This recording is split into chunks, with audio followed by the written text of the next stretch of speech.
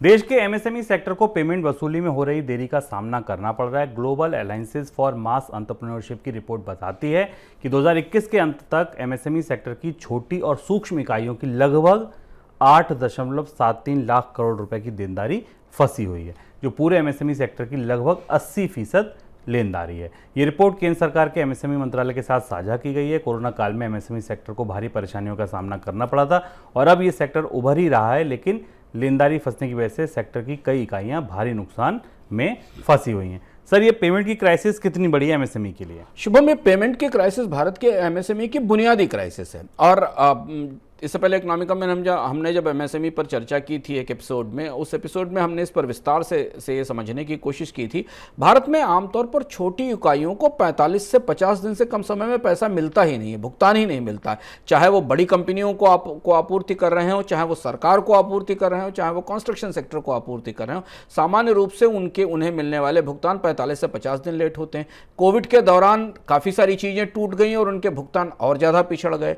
अब जो आंकड़े हमारे सामने आए हैं, ये पेमेंट क्राइसिस दरअसल भारत के एमएसएमई उद्योग की बुनियादी फंडामेंटल क्राइसिस है। और इसलिए इस पेमेंट क्राइसिस के कारण भारत के छोटे उद्योग ना तो नई परियोजनाओं में निवेश कर पाते हैं, ना वो नए प्रोडक्ट डेवलप कर पाते हैं। उन्हें अधिकांश ऐसे कर्ज लेने पड़ते हैं जो कर्ज उनकी वर्किंग कैपिटल रिक्वायरमेंट को ही पूरा कर पाते हैं, क्योंकि उन्हें पीछे से कच्चा माल लेना है, आगे अपनी कॉस्ट, फैक्ट्री किराए, बिजली, लेबर के बिल्स पे करने हैं, और उन्होंने जो बनाकर बेचा है उसे पाने के लिए उन्हें 45-50 दिन 60 दिन लगेंगे।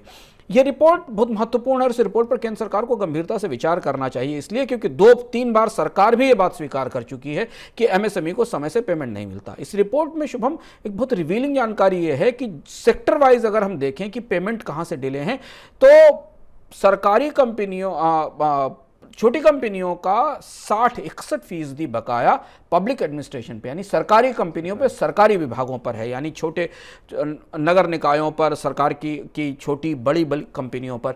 तो सबसे ज़्यादा पैसा तो एमएसएमई कंपनियों का सरकार ने खुद रोक रखा है, जिसका वो भुगतान नहीं कर रही। इसके अलावा दूसरा जो बड़ा सेक्टर है जो भारत में बीमार है और पूरी तरह ध्वस्त है, वो उस पर 55% पैसा बकाया है, वो कंस्ट्रक्शन सेक्टर है, निर्माण का सेक्टर है, इंफ्रास्ट्रक्चर, मकान, इन पे। यहाँ एमएसएमई की बकायेदारी 55% है। 51% हिस्सेदारी फिनांस कंपनियों पर है, बीएफएसआई इंडस्ट्री पर है। करीब 39% बकायेदारी रिटेल ट्रेड पर है, यानी जो बड़े ऑर्गेनाइज्ड रिटेल के लोग हैं, उन्होंने छोटी कंपनियों से जो सामान या सेवाएं ली, उनका पैसा उन्होंने नहीं दिया। इसके बाद एग्रीकल्चर, मैन्युफैक्चरिंग, सर्विसेज और माइनिंग आते हैं। होलसेल ट्रेड पर सबसे कम 12% बकायेदारी है छोटी कंपनियों की। यह समस्या इसलिए बहुत ज़्यादा गहरी है क्योंकि ये इस पेमेंट की सिस्टम की, पेमेंट के क्राइसिस ने भारत के अधिकांश छोटे उद्योगों को दरअसल कारोबार की मुख्यधारा से बाहर ही कर दिया है। और चूंकि भारत में छोटी कंपनियों का मतलब एक बहुत बड़ा दायरा है, छोटी कंपनियों में 10 करोड़ 5 करोड़ से लेकर और 100 करोड़ 150 करोड़ तक के कारोबार वाली कंपनियां आती हैं। तो जिस कंपनी के पास पेमेंट को लंबे समय तक डिले रखने की क्षमता होती है, वही सर्वाइव कर पाती है, बाकी कंपनियों के लिए काम करना मुश्किल हो जाता है। सर, ये रिपोर्ट और क्या बताती है? ये रिपोर्ट इसके साथ ये भी बताती है कि इसीलिए केंद्र सरकार को शायद ये दी गई है कि केंद्र सरकार 2-3 बार ये बात कह भी चुकी है। वित्त मंत्रालय ने भी इससे पहले ये बात कही है। अभी हाल में नितिन गडकरी ने भी ये बात कही थी कि सरकार के विभागों के ऊपर भी 5 लाख करोड़ रुपए के आसपास की बकायेदारी एमएसएमईज की है। ये रिपोर्ट उस तरफ इशारा करती है कि बकायेदारी अगर वहाँ से निकल कर आ सके, कम से कम सरकार तो अपने समय से अपने भुगतान शुरू कर सके, जिससे कि एमएसएमई को उनके बकाये पैसे मिल सकें और वो कारोबार को आगे बढ़ा सकें। बिल्कुल। मार्केट कैप के लिहाज से देश की सबसे बड़ी कंपनी रिलायंस इंडस्ट्रीज ने अपने पिछले हफ्ते जून तिमाही के नतीजे घोषित किए।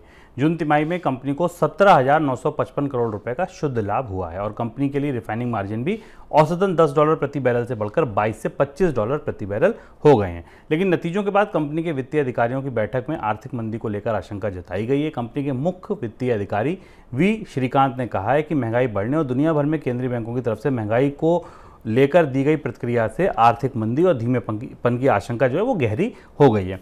नतीजे आए, ग्रॉस रिफाइनिंग मार्जिन बढ़ने की बात हुई, लेकिन इसके बाद भी शेयर बाजार में आज के कारोबार में रिलायंस इंडस्ट्रीज का शेयर 3% से ज़्यादा पिट गया। सर ऐसा क्या नतीजों में बता दिया गया या घोषित कर दिया गया कि शेयर की इतनी पिटाई हो गई? हाँ, और यही वजह थी कि आज हम लोगों ने शुभम मनी सेंट्रल में रिलायंस के रिजल्ट्स को पर चर्चा करने के लिए इसे शामिल किया।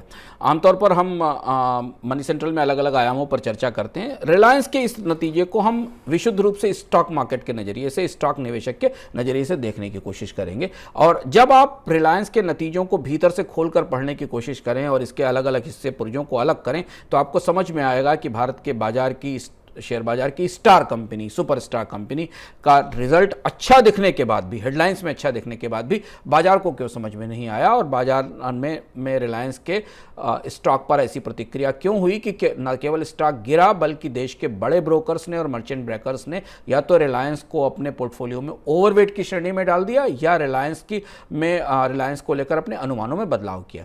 और इसके 3-4 प्रमुख पॉइंट्स हैं जब रिजल्ट पढ़ने से हमें समझ में आता है। रिलायंस का जो ऑयल टू केमिकल पार्ट है, यानी जो रिलायंस का रिफाइनिंग और केमिकल हिस्सा है, इसमें मुनाफा अनुमान से कम रहा है। इसका कामकाजी मुनाफा करीब करीब 40% बढ़ा, लेकिन यह माना जा रहा है कि O2C मुख्य जो रिफाइनिंग का कारोबार है उस पर दबाव है। और इसकी सबसे बड़ी बात यह थी कि जून में रिलायंस का जो GRM था, ग्रॉस रिफाइनिंग मार्जिन था, वो $30 पर बैरल था और जो 90% से गिर के अब $3 पर बैरल के आसपास आ गया। ये एडलवाइस ने अपनी रिपोर्ट में कहा है। और इसके ऊपर एक्सपोर्ट ड्यूटी लगाएगी, हालांकि उसमें बाद में रियायत आई, इससे करीब $4 पर बैरल का असर और होगा। और यही वो वजह थी कि हमने एक खास वजह के कारण स्टॉक मार्केट में रिलायंस के शेयर में गिरावट देखी। तो ये तो रिलायंस का मेन जो बिजनेस है O2C जिसको बोलते हैं, ऑयल टू केमिकल है, और इसीलिए उसका मुनाफा कम होने की आशंका थी। दूसरी चीज हम आते हैं रिलायंस जियो के ऊपर। रिलायंस जियो का मुनाफा 23% बढ़ा, 4,335 करोड़ रुपए रहा, लेकिन बाजार में जो अनुमान थे उससे कम था। और इस मुनाफे की बढ़ोतरी में बड़ा हिस्सा टैरिफ की बढ़ोतरी का था, दरों में बढ़ोतरी का था। रिलायंस जियो का आरपू भी बहुत कम है, और अगर आप उसकी तुलना में, रिलायंस जियो की तुलना में अगर बाकी कंपनियों के आरपू देखें तो काफ़ी आगे है। और इससे दिखाई देता है कि रिलायंस जियो के बड़े विस्तार के बाद भी इस पर बड़ा दबाव दिखाई दे रहा है, और मार्केट एक्सपेक्ट कर रहा है कि अगर 5G के लिए रिलायंस बिड करता है तो उसे बड़ा पैसा देना पड़ेगा। अभी रिलायंस जियो का आरपू 150 रुपये एवरेज रेवेन्यू पर यूजर से भी नीचे है। दूसरी चीज़ थी रिटेल कारोबार के नतीजे लोग अनुमान के मुताबिक रहे, लेकिन रिलायंस की जो पर स्क्वायर फिट रिटेल इनकम थी उसमें 8% की कमी आई, और 3 साल की ग्रोथ 15% रही। रिलायंस रिटेल की तुलना में अगर आप डीमार्ट और टाइटन को देखें तो इनकी ग्रोथ 20 से 22% के आसपास रही। तो मार्केट ने एप्पल टू एप्पल कंपेयर किया कि रिटेल की एक कंपनी और दूसरी कंपनी कैसे काम करती है। तीसरी चीज जिस चीज ने निराश किया कि रिलायंस ने अपने नतीजों में कोई नई बड़ी घोषणा नहीं की, जियो मार्ट और जियो फोन वगैरह को लेकर कोई घोषणा नहीं की, और जून के अंत तक रिलायंस के में जो नेट कर्ज था, रिलायंस की कंपनी पर जो नेट कर्ज था वो क्वार्टर ऑन क्वार्टर बढ़कर 57,000 करोड़ रुपए हो गया। नेट कर्ज में कमी इसलिए दिखाई दी क्योंकि कैश लेवल में कमी के कारण नेट कर्ज में करीब करीब 60% की बढ़ोतरी हुई। ये 5-6 भीतर की चीजें थी जिन्होंने रिलायंस के नतीजे को आज गहराई से प्रभावित भी किया, और बाजार का रिएक्शन भी उस हिसाब से नहीं रहा। और इसलिए जैसा मैंने शुरुआत में कहा था कि कई ब्रोकर्स ने रिलायंस के मुनाफे, अगले तिमाही के मुनाफे लक्ष्य में कटौती की। GM फाइनेंशियल ने FY23 के लिए मुनाफे का अनुमान करीब 4.3% घटाया। मोतीलाल ओसवाल ने GRM का अनुमान 14 पूरे साल के अगले क्वार्टर के लिए 14 बैरल से घटाकर 10 बैरल किया। कई सारे ब्रोकर्स ने रिलायंस को ओवरवेट कैटेगरी में डाल दिया। खरीद की कॉल अभी भी दी जा रही है, लेकिन नतीजों से बाजार बहुत संतुष्ट नहीं है। मतलब बाबूजी धीरे चलना, बहुत ज़्यादा दिक्कतें कंपनी में नहीं है, लेकिन फिर भी अभी जो ये तेज़ी दिखा चुकी है, इसके बाद बहुत सारी ब्रोकरेज फर्म ओवरवेट दिखा रही हैं। तो अपनी जो भी खरीदारी की कॉल हो आप सोच समझ के अपने वित्तीय सलाहकार से राय लेकर, राय शुमारी कर तभी लें।